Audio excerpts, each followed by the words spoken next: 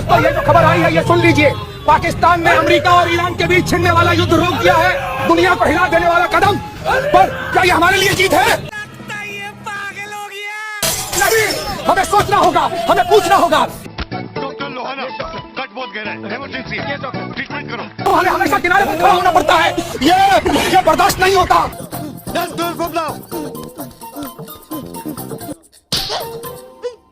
कितनी over acting करता है तू? अपने बलूचिस्तान को देखे, खैबर पख्तूनख्वा को देखे। चित्रा जी, मैं तो सिर्फ आपको ही देखूंगा। अगर मेरी नजरें आपसे हटी तो 50 किलो मेकअप जो आप अपने चेहरे पर थोप के आई हैं उसका क्या फायदा? मेकअप पर मत कीजिए, आपके पाकिस्तान में भी खातूनें करती हैं। बिल्कुल पाकिस्तानी औरतें मेकअप करती है, मगर अपने खर्चे से। आपके मेकअप का खर्चा तो मोदी जी का है ना। कौन बदतमीज आदमी है ये? हमको नहीं पता। अमेरिका अपनी शर्तों के बारे में बात कर रहा है, ईरान कह रहा है वो अपनी शर्तों के बारे में बात रहा है।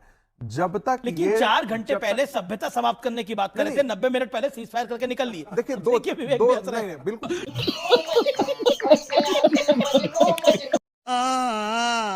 जो डोनाल्ड ट्रंप ईरान के बारे में कल तक कह रहे थे कि पूरी सभ्यता मिटा दूंगा, वही आज कहने लगे कि स्वर्णिम युग आएगा। ये भाई साहब का मैंने कहा ना, इनका तार जुड़ता सटता है। ये सुपर पावर अमेरिका और खुद को शहंशाह समझने वाले ट्रंप की हार नहीं है तो और क्या है कि जिसको मिट्टी में मिलाने चले थे उसने तुम्हारी इज्जत मिट्टी में मिला दी। अब अमेरिका थोड़ा अपनी औकात में रहेगा, क्योंकि जहां घुसना चाहेगा हर कोई उसको याद दिलाएगा कि ईरान भूल गए। अच्छा बात नहीं है। और ईरान ने पूरी दुनिया के सामने इस व्यक्ति को जोकर ही साबित नहीं किया, ये भी बता दिया कि एक नंबर का गधा है। बात तो सही है। अब सोचो, जो व्यक्ति खुद गधा है, क्या उसका कोई दोस्त समझदार हो सकता है? My friend mister Donald Trump. अरे तुम तो चुप ही हो जाओ, जब से तुम मिले हो इस बेचारे से, इसकी जिंदगी नरक बना के रखी हुई है। तुम्हारे मिलने के बाद ही ये झूठ बोलना सीखा है, तुम्हारे मिलने के बाद ही ये थूक के चाटना सीखा है। ना तुम मिलते, ना इसकी जिंदगी की लंका लगती। इस तरह से क्वेश्चन नहीं कर। अरे फिर तुम बोले बीच में, जाओ रैली में बताओ जाकर गैस खत्म हुई कि नहीं, चलो पहुंचो। रसोई बनाने के गैस की दिक्कत नहीं है। मोदी जी क्या बोल रहे थे? My friend mister Donald Trump. अरे तुम्हारे फ्रेंड डोनाल्ड ट्रंप घुटने टेक चुके हैं ईरान के सामने।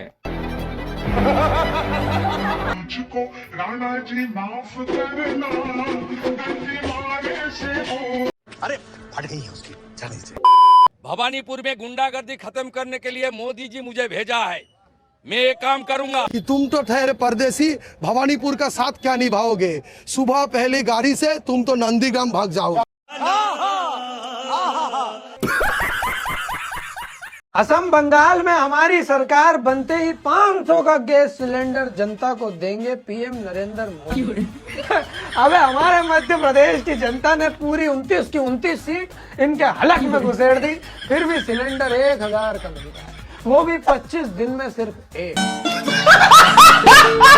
आपका नाम है होटल? मेरा नाम है, लेकिन मेरा जो फादर है बाप, वो उसका नाम नहीं है। मैं उसके संग लिंक करके ही तो मेरा नाम आया है, उसका नाम नहीं है, हमारे नाम है। कैसा ये विचार है, मैं तो समझा ही नहीं। क्या बात कर रहे हैं? अब ये शहर में ऐसे ऐसे लोगों को निकल दिया, ये खानदान ही यही है। मेरा एक सिस्टर है, हम 6 सिस्टर है और मैं 2 ब्रदर्स है। तो मेरा 6 सिस्टर में देखिए एक सिस्टर का नाम आउट हो रहा है। कैसे आउट हो रहा है? कैसे? वो वोट नहीं दे पाएगा। अरे देवा, ये तो ये शहर में एक मैं ये बताता हूँ, बीजेपी का और इलेक्शन कमीशन का एक बहुत बड़ा प्लान है। ये गड़बड़ है बाबा। ये खास मजहब के लोग बंगाल में हिंदुओं का रहना मुश्किल कर देंगे। हमारा जो देश का पीएम है उसकी ऐसी सोच है। अब तक यूपी बिहार के लोग हिंदू खतरे में थे, अब बंगाल के खतरे में है, क्योंकि वहाँ पे वोट चाहिए। और ये झूठा ढोंग किया जाता है कि बेटी पढ़ाओ बेटी बचाओ, ये ढोंग के सिवा कुछ नहीं है। कैसा? आप लोग पढ़ न सके, आपको बर्बाद किया जा सके, इसलिए आपके ऊपर 18% जीएसटी लगाया जाता है। तो 18% क्या लगाया जाता है? जीएसटी। हम देश बिगाड़ रहे हैं, शर्म करो मीडिया वालों।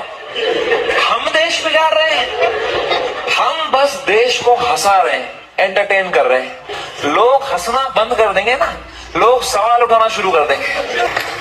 हम बस लोगों को भटका रहे हैं। Media same team.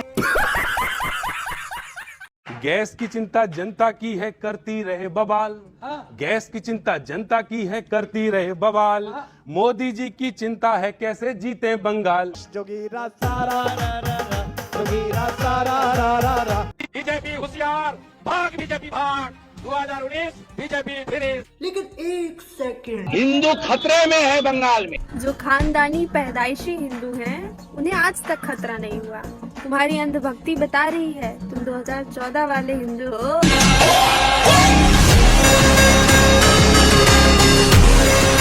एक चीज बताइए मनीष जी, मनोज जी के कब जो 2,500 रुपए जो महिलाओं को मिलने हैं दिल्ली में, वो कब मिलेंगे? 1 साल तो हो गया, बुरा था 1 साल में दे दूंगा। Good question. नहीं, हम देखिए, हमारा किसी को कैश कभी नहीं दिया जाता, वो सबको मालूम है। ये भाषण देने का एक तरीका है, एक जुमला। तुमने मुझे धोखा दिया ना बाबू। एक बार बंगाल में भाजपा की सरकार बना के देखो, एक बार बीजेपी की सरकार बनेगी, जो डराने वाले हैं वो जमीन के भीतर घुस जाएंगे मेरे भाई। हमारे यहाँ बिहार में भी आए थे ये लोग। क्या बेरोजगारी खत्म हो गई? क्या रेप मर्डर बलात्कार खत्म हो गई? क्या भ्रष्टाचार खत्म हो गया? आज बिहार की बेटियां बेखौफ होकर घर से निकलती हैं।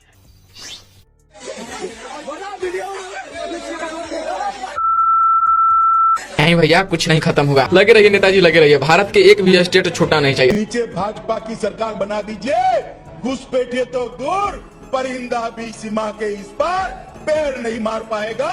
फिर 2021 में फिर ये घुसपैठिए भगा रहे थे। अगली बार मैं आऊंगा तब चुन चुन कर घुसपैठियों को वापिस भेजने का काम ये भारतीय जनता पार्टी की सरकार। अब 2026 में फिर ये घुसपैठिए भगाना चाहते हैं। तीसरी बार ये कमल फूल की सरकार बना दो, 5 साल में चुन चुन कर घुसपैठियों को आसाम के बाहर हम निकाल देंगे। उठा ले रे देवा, उठा ले रे बाबा। अब मेरी बात समझो, ये दोनों लोगों को चुनकर भेज दो। आसाम के हर जिले में एक बहुत बड़ी डेयरी और हर ट्राइब के घर में एक गाय और एक भैंस देने का काम भारतीय जनता पार्टी करे। ये देश के होम मिनिस्टर हैं, आप इनको वोट दीजिए, ये आपको गाय भैंस देंगे। अब आप सोचिए, आज 2026 चल रहा है, दुनिया में AI, super computer, space mission मुद्दा है और भारत में गाय भैंस। हमारे यहाँ ऐसा ही होता है। 70% MLAs पे क्रिमिनल केसेस दर्ज हैं। हर स्टेट की नहीं, सिर्फ केरला के। 44% बीजेपी के विनिंग कैंडिडेट्स पर क्रिमिनल केसेस हैं। हर स्टेट के नहीं, सिर्फ Uttar Pradesh. 19 out of 20 MLAs have criminal cases on them। और पता है, सारे के सारे करोड़पति हैं। 111 out of 255 have criminal cases on them। और पता है, अब 90% MLA करोड़पति हैं यहाँ भी। और सबसे अमीर करोड़पति भी बीजेपी से ही हैं, जिनके पास 148 करोड़ के एसेट्स हैं। 132 में से 92 MLAs पे क्रिमिनल केसेस पेंडिंग है, जिसमें से 40 का तो मर्डर चार्जेस भी है। And the remaining left over have rape charges on them. 111 में से 90 पर तो सीरियस क्रिमिनल केसेस हैं। और यूपी के सारे विनिंग कैंडिडेट्स का देखा जाए तो 5 पर मर्डर केसेस हैं, 29 पर अटेम्प्ट टू मर्डर, 6 पर एट्रोसिटी अगेंस्ट विमेन एंड 61 पर IPC 376 लगी हुई है, जो कि रेप केसेस में लगती है। कि तो वो कांग्रेस के MLA थी ना, क्या फूल सिंह, उनका थ्योरी तो सुना ही होगा आपने। हाँ, उसी से तो इंस्पायर हो गए कुलदीप सिंह सेंगर, जो बीजेपी के MLA हैं, उन पर पॉक्सो लगी हुई है। ये तो पक्का, इतना सुनने के बाद लोग बोलेंगे अंधभक्त है या फिर कोई और टॉपिक पे कमेंट करेंगे। मगर यूपी के MLAs में ऐसी चीजें कभी नहीं निकल के आई है सामने। अंधभक्त क्या, टेल कॉमरेड, आपको सब कुछ कहेंगे और आप हो भी। ये जो मैंने आपको डेटा दिखाया वो सारा यूपी का ही है। था दूसरी पार्टियों के MLAs का भी यही हाल है, चाहे सपा के ले लो, कांग्रेस के ले लो, BSP के ले लो या किसी भी पार्टी के ले लो। लेकिन मैंने बीजेपी को ही हाईलाइट क्यों किया? क्योंकि यहाँ पर आपकी आंखें बंद हो जाती हैं। बात तो सही है।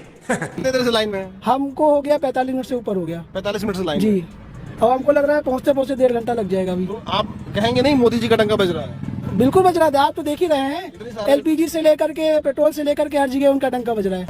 विश्वगुरु बन गए कि नहीं बन गए? विश्वगुरु बिल्कुल बन गए, ये सब करके वो विश्वगुरु ही बन रहा है भैया जी। थैंक यू बोल दीजिए। बहुत बहुत धन्यवाद मोदी जी, ये सब दिन दिखाने के लिए। मोदी के लिए इतना भी नहीं कर सकते, इतनी भी देशभक्ति नहीं तुम्हारे अंदर। देशद्रोहियों भाई, जो इस संकट की घड़ी में मंगलसूत्र पहने हुए हमारे प्यारे चाय वाले से न केवल गैस सिलेंडर की मांग कर रहे हैं, बल्कि तमिलनाडु, असम, पश्चिम बंगाल में ये बेचारा शांति से रैलियां कर रहा है, उसका भी विरोध कर रहे हैं। यह कहते हुए कि संकट की घड़ी में प्रधानमंत्री जी को गैस का बंटवारा, तेल के बंटवारे पर ध्यान देना चाहिए, व्यवस्थाओं पर ध्यान देना चाहिए, चुनाव की रैलियां नहीं करनी चाहिए। ऐसे लोगों को देशद्रोही ना बोलूं तो क्या बोलूं? बात तो सही है। मैं तो कहता हूं ऐसे लोगों का वही हाल होना चाहिए जो इन लड़कों का हुआ है। जो लोग मोदी जी के चुनाव की रैलियों का विरोध कर रहे हैं ना, उन सभी के ऊपर मुकेश मोहनी की तरह 50 करोड़ का मानहानि का केस लगा दो, जैसे गडकरी ने लगाया है। जो सिलेंडर की मांग कर रहे हैं, उन सब के इंस्टाग्राम अकाउंट बिल्कुल वैसे ही ब्लॉक कर दो जैसे विजय राठी का किया है। किसी को पता नहीं चलेगा। जिसके बारे में अमेरिका सोच नहीं सकता, ईरान वो करके बैठा है। अगर आप ये सवाल पूछ रहे हैं कि अमेरिका कब जीतेगा, जीत कब होगी ट्रंप की, तो मैं आज आपको फाइनली बता सकता हूं दोस्तों, इसमें कोई दो राय नहीं है कि अमेरिका युद्ध हार चुका है। हमारे देश में मुस्लिम आवाज उठाए तो पाकिस्तानी, और हिंदू उठाए तो कांग्रेसी, सिख उठाए तो खालिस्तानी, और क्रिश्चियन उठाए तो मिशनरी, आदिवासी उठाए तो नक्सली, और दलित उठाए तो भीमटा, कंटेंट क्रिएटर आवाज उठाए तो देशद्रोही बना देते हैं। और यही नहीं, अगर हम पॉलिटिकल पार्टीज की हाँ में हाँ मिलाएं तो हमसे बड़ा देशभक्त कोई नहीं। एक बात याद रखना आप सभी लोग, सरकार हमेशा जनता की बनती है। जनता अगर अंधविश्वासी है तो सरकार अंधविश्वासी होगी, जनता अगर बेवड़ी है तो सरकार बेवड़ी होगी, जनता अगर चोर है तो सरकार चोर होगी, जनता अगर भ्रष्ट है तो सरकार भ्रष्ट होगी, जनता अगर तार्किक और शिक्षित है तो सरकार भी तार्किक और शिक्षित होगी, जनता अगर जन कल्याण करती है, एक दूसरे का सहयोग करेगी तो सरकारें भी एक दूसरे का सहयोग करेंगी। इसीलिए ऐसी सरकार चुनो जो तुम्हारा कल्याण करे। तो उसके लिए हमें आपस में तालमेल बिठाकर रखना पड़ेगा, लड़ाई बंद करनी पड़ेगी, जात पात से ऊपर उठना पड़ेगा, हिंदू मुस्लिम से ऊपर उठना पड़ेगा, बच्चों को शिक्षा देनी पड़ेगी, जो हमारे युवा हैं उनको तार्किक बनाना पड़ेगा, तब हमारे बच्चों की बुद्धि जगेगी। भारत में लोग राजनीति कर रहे थे, हमारी सरकार, कांग्रेस की सरकार, बीजेपी की सरकार, दुबई का राजा जो था, ये फ्लाइट पकड़ हांगकांग, कहा कि जितनी फैक्ट्री जानी है, जितना ऑफिस चाहिए, हम सेम बिल्डिंग बना के आपको देंगे दुबई में। इतना डेवलप किया दुबई ने, यहाँ की सारी कंपनियां सारी की सारी कहाँ शिफ्ट हो गई सर? दुबई से। जहाँ केवल रेगिस्तान होता था, देखते देखते पूरी दुनिया में आगे कौन निकल गया? दुबई। बड़े बड़े कंपनियों की मीटिंग ऑफिस दुबई, कोई भी बड़े बिजनेस डील होगा दुबई। इवन भारत में कोई अमेरिका से कोई भी सामान लिए, दुबई एयरपोर्ट पर पहले जहाज उसको क्या करेगा? उतारेगा, उसके बाद दूसरे जहाज से यहाँ लाए। आप बताइए, हम लोग इन्हें अंडमान निकोबार में नहीं बुला सकते थे? दुबई में भी समुद्र का बीच है, किनारा है, यहाँ भी समुद्र है, लेकिन ना, हम लोग क्या करेंगे? कांग्रेस बीजेपी। अगर आपको वीडियो पसंद आता है तो लाइक, शेयर एंड सब्सक्राइब जरूर करें, और इस वीडियो के बारे में आपका क्या ख्याल है नीचे कमेंट बॉक्स में अपना राय जरूर रखें।